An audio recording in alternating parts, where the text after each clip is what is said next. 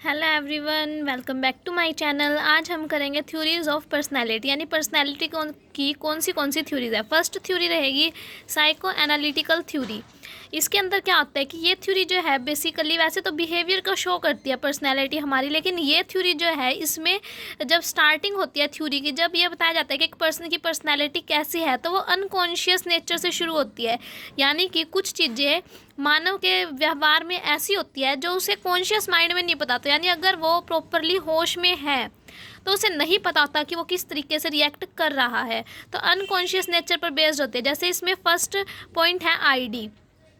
ID जो है unconscious part होता है ह्यूमन पर्सनैलिटी का, जिसमें मतलब कि अनकॉन्शियस पार्ट होता है। इसके अंदर क्या रहता है कि अनकॉन्शियस माइंड बेसिकली किसका होता है, छोटे बच्चों का। उन्हें नहीं पता होता कि वो क्या कर रहे हैं, क्या चीज़ गलत है, क्या चीज़ सही है। जैसे कि एक छोटा बच्चा है, वो चाहता है कि उसे इसी वक्त खाना चाहिए या फिर पानी चाहिए, तो वो उसकी प्रबल इच्छा है कि उसे वो इसी वक्त चाहिए। यहाँ पे वो क्या है, उसे ये दिखता है कि उसकी खुशी किस चीज़ में है, उसे पानी चाहिए। अगर उसे पानी मिल जाता है तो वो उसकी खुशी है।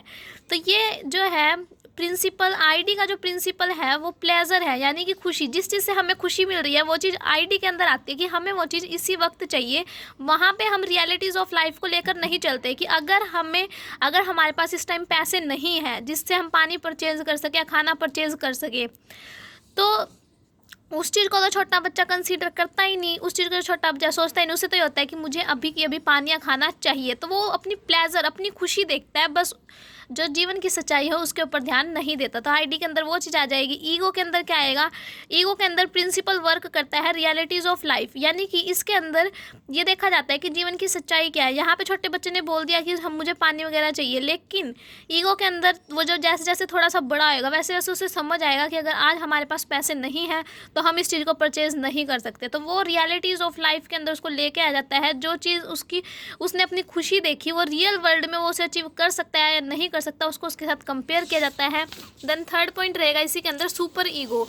इसके अंदर क्या होता है कि जो पर्सन होता है ना, वो अपने माइंड के अंदर या फिर सोशल बिहेवियर के बेस पे ये डिसाइड कर लेता है कि क्या चीज़ सही है और क्या चीज़ गलत है, यानी स्टैंडर्ड डिसाइड कर लिए जाते हैं। सुपर ईगो के अंदर कुछ रूल्स और नॉर्म्स होते हैं जिसको अगर हम फॉलो करेंगे तो ये दिखेगा कि हमारा कल्चर अच्छा है, लेकिन अगर हम उसे फॉलो नहीं कर रहे तो हमारा कल्चर, एथिकल बिहेवियर सोसाइटी की नज़र में अच्छा नहीं होगा। जैसे एग्जाम्पल के थ्रू समझते हैं हम इस अप्रोच को कि एक लड़का जो है वो भूखा है क्योंकि ये उसकी आईडी हो गई। अगर वो भूखा है तो उसे खाना चाहिए, इट मीन्स उसकी खुशी किस चीज़ में है कि उसे खाना चाहिए, ये उसकी आईडी हो गई। वो एक शॉप के बाहर से जाता है जहाँ पे उसको फूड दिखाई देता है, यहाँ से उसको ये लगता है कि उसे ये खाना परचेज कर लेना चाहिए, लेकिन उसके पास कोई पैसा नहीं होता। तो उसकी ईगो बोलती है उसे कि अगर तेरे पास पैसा नहीं है तो तुझे इस खाने को चोरी करना पड़ेगा। ईगो ने उसे रियलिटी ऑफ लाइफ दिखाया, यानी लाइफ की सच्चाई क्या है कि अगर तेरे पास पैसा नहीं है तो तुझे चोरी करके भागना पड़ेगा। लेकिन उसकी जो सुपर ईगो थी उसने उसे शो किया कि अगर तू खाना चोरी करके भागेगा तो ये चीज़ सोसाइटी की नज़र में गलत होगी और इसके लिए तुझे जेल में भी डाला जा सकता है, पुनिश भी किया जा सकता है, यानी कोई भी सजा दी जा सकती है दुकानदार के द्वारा भी। तो ये हमारी पूरी साइको एनालिटिकल थ्योरी है। नेक्स्ट हम सेकंड थ्योरी देखते हैं, ट्रेट थ्योरी। इसके अंदर क्या होता है कि इसमें बताया हुआ है कि पर्सनैलिटी जो है वो बेसिकली किस चीज़ को शो करती है, एक ह्यूमन के अंदर जो डिफरेंट बहुत सारे गुण होते हैं, ट्रेट होते हैं, उस चीज़ को शो करती है। जैसे इसके अंदर हम बेसिकली लेके चलेंगे एग्रेसिव, किसी भी ह्यूमन के गुस्से को, लॉयलिटी, प्लीजेंट, फ्लेक्सिबल, ह्यूमिलियस, सेंटिमेंटल, इम्पल्सिव, कूल, ये डिफरेंट जो नेचर है ये पर्सनैलिटी को शो करते हैं ट्रेट थ्योरी के अकॉर्डिंग। जैसे फर्स्ट रहेगा कार्डिनल ट्रेट लेवल।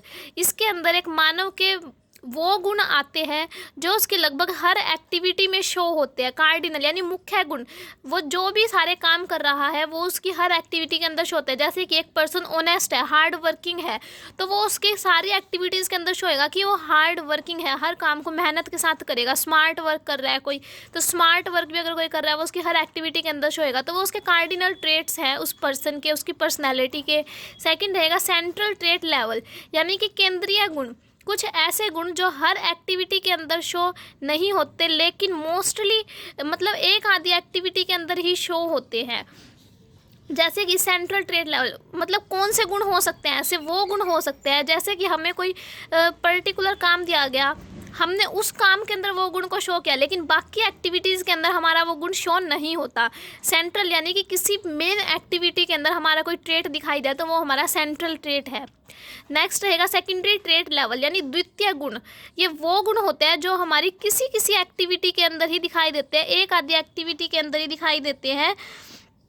जैसे कि जो गुण कभी कभी ही मिले, जैसे सिचुएशन वर्स्ट होने पर गुस्सा आना, समझ में आया? जैसे सिचुएशन वर्स्ट होने पर यानी सिचुएशन ज़्यादा खराब हो गया, हमें गुस्सा आ गया, किसी किसी सिचुएशन में वो गुण हमारा दिखाई देना, वो हमारा कौन सा होता है? सेकेंडरी ट्रेट होता है।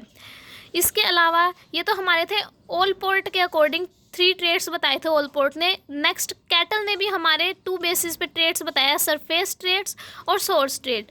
सरफेस के अंदर आ जाएगा जैसे कि वाइज या फुलिश होना, कोई ज़्यादा ही बुद्धिमान है, बिल्कुल ही मूर्ख है, कोई सोसाइटी के अंदर बैठता है, कोई सोसाइटी के अंदर नहीं बैठता, अकेले रहना पसंद है, कोई बिल्कुल ऑनेस्ट है, कोई डिसऑनेस्ट है, तो उसके सरफेस ट्रेट हो गए। सोर्स ट्रेट के अंदर आ जाएंगे ट्रस्टफुलनेस, सस्पिशियस यानी कोई दूसरे के ऊपर विश्वास कर रहा है या संदेह कर रहा है, रिलैक्स रहता है, टेंशन में रहता है, डोमिनेंट है यानी अपना काम खुद ही करना पसंद करता है या दूसरों से करवाना पसंद करता है, फोर्थ साइट है यानी कि फ्यूचर के बारे में सोचता है या सिर्फ अभी के बारे में, पास्ट के बारे में सोच रहा है, चीयरफुल है, कोई बंदा ज़्यादा खुश रहता है, डिप्रेस्ड रहता है, एक्सेट्रा, ये उसके सोर्स स्टेट में आ जाएंगे। यानी कि उसका जो गुस्सा वगैरह है, उसके जो माइंड से रिलेटेड है चीज़ें, वो तो उसकी आ जाएगी सरफेस स्टेट में, क्योंकि माइंड के बेस पे हम सारा काम कर रहे हैं, वो उसको बेस मान लो। यानी सरफेस और सोर्स स्टेट यानी कि जो हमारे बिहेवियर के अंदर है, जिस तरह से हम रिएक्ट कर रहे हैं सिचुएशन को देख के, वो चीज़ें सोर्स स्टेट के अंदर आ जाएगी। नेक्स्ट हमारी है टाइप थ्योरी, इसको हम नेक्स्ट वीडियो में करेंगे। आई होप आप सभी को आज की वीडियो समझ आई होगी। समझ आई हो तो वीडियो को लाइक कर देना, चैनल पे नए हो तो चैनल को सब्सक्राइब कर लेना।